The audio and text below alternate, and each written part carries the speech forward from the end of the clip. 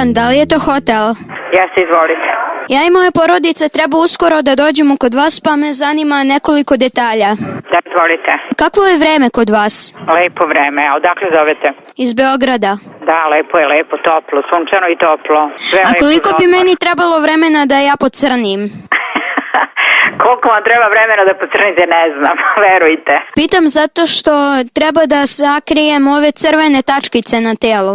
Kakve crvene tačkice imate? Sad ću da vam objasnim. Ja sam slučajno pre 2 dana dobio boginje, ali ne smem da kažem mami i tati jer oni neće kasnije da me vode na more, pa zato hoću čim dođem na more da pocrnim i da se to ne vidi. A, dobro, dobro. Moraš sa tatom i mamom da se dogovoriš. Ali ja ne smem da im kažem, oni me 2 godine znaju, nisu svakako, vodili oni na će more. znati. Mama i tata sve znaju, samo da znaš. I to možeš ako hoćeš da sakriješ vrlo kratko. Ali znate o čemu se radi? Ja sam bio kod dede na selu do pre 2 dana. Dobro. I sad sam rekao mami i tati da su me to izujedali komarci, tako da oni misle da su te fleke od komaraca. A, dobro. Pa me zanima koliko meni treba vremena da pocrnim. Treba ti 3 nedelje. To je baš puno. Da. Jel imate neki solarium?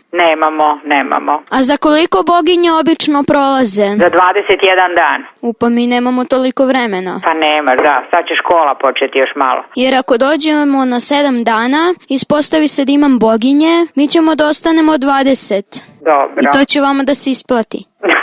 Dobro. Uz osmeh život dobro zvuči. Radio S.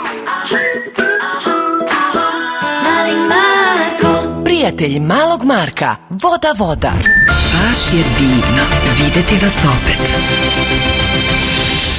Voda.